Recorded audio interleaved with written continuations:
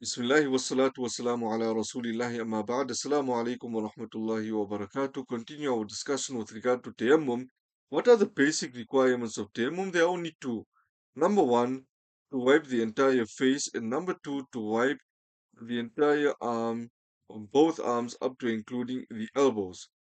What are the Sunan acts, the Sunan acts of wudu? So those are the two basic requirements for a valid tayammum, but obviously we don't just strive for what is basic and it's valid and this gets us through, but rather we want to do it in the ideal manner. So we also include the Sunan acts of tayammum, and those include that أن يقول بسم الله الرحمن الرحيم في أوله, to recite بسم الله الرحمن الرحيم when commencing with the tayammum.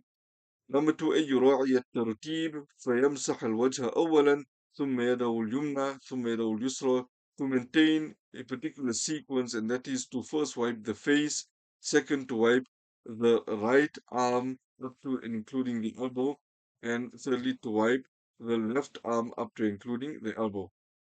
The third sunnah is ألا يفصل بين المسح الوجه واليدين بفعل أجنبي. The person, there shouldn't be any pause between wiping the face and the hands. It should be done in succession. There shouldn't be any other actions that come in between.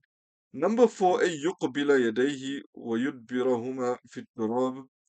The person strikes the hands in the sand. Number five, أن ينفض اليدين بعد رفعهما من التراب. The person sort of softs the hands after lifting them from the sand. And number six, أن يفرج أصابعه عند وضع اليدين في التراب. The person spreads out their fingers when placing the hands in the sand. So the sand can be a stone as well, where we are going to strike the hands on. So the scholars are basically tell us that you strike the hands, and at the same time you spread out the fingers, and when you're lifting the hands up, then you want to sort of sift them out, any dust, any dirt. Now, so those are some of the Sunan acts. Now, if you put everything together, the basic requirements together with the Sunan acts, how is Tayammum performed? Number one, the scholars say that من أراد التيمم شمر عن ساعديه وقال بسم الله الرحمن الرحيم ناويا استباحة الصلاة.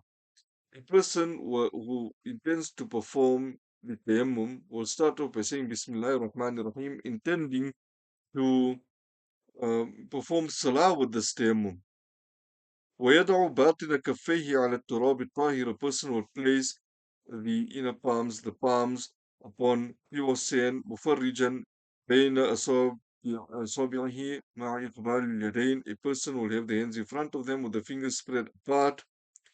وإدبارهما في التراب. A person will also turn it the other way if they want to. That's also part of the sunnah. ثم يرفعهما. Person will then lift it off the sand. وينفضهما. A person will then sift. وينفضهما. A person will sift the hands and any dust particles, let them fall. ثم يمسح بهما وجهه. Then a person will wipe them over the face. ثم يضع باطن كفيه على التراب. Then a person again will strike the sand مرة ثانية كالأولى, like the second time, spread the fingers out, and you can turn it upside down and dust or sift. Then a person will wipe the right arm. ثم يمسح بجميع كفه اليسرى يده اليمنى. That a person will use the left hand and wipe the right arm, and then using the right hand and wipe the left arm up to and including the elbows. وقد كمل التيمم. Once a person does this, the tayammum is complete. ويصلي به ما شاء من الفرائض والنوافل. A person can then perform salah with this. Fard salah, nafil salah, it's up to the individual. What nullifies tayammum? Everything that nullifies wudu will also nullify tayammum. Remember, we said that tayammum is a substitute for wudu, and in certain conditions where a person can perform tayammum. And number two, القدرة على استعمال الماء وزوال العذر الذي أباح له التيمم من فقد ماء أو خوف عدو أو خوف مرض ونحوه. That person, what also nullifies tayammum is when a person finds water. Maybe they couldn't find water, and that's why they're making tayammum. When they find water, the tayammum is nullified. They have to make wudu. or a person had some valid excuse to perform tayammum despite the presence of water. Once that excuse fades away, it's no longer a valid excuse. The tayammum also falls away and fades away, and now wudu will have to be performed.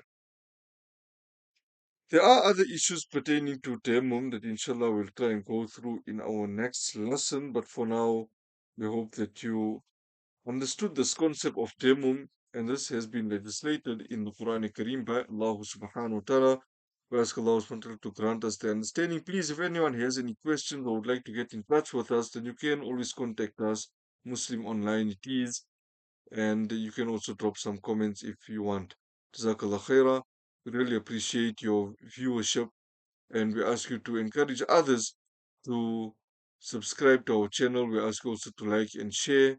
May Allah subhanahu wa ta'ala grant one and all the rewards of making an effort for His deen in passing on the various knowledge and various points pertaining to our Islamic jurisprudence. وآخر دعوانا أن الحمد لله رب العالمين. This has proudly been brought to you by Muslim Online. Assalamu alaikum wa rahmatullahi wa barakatuh.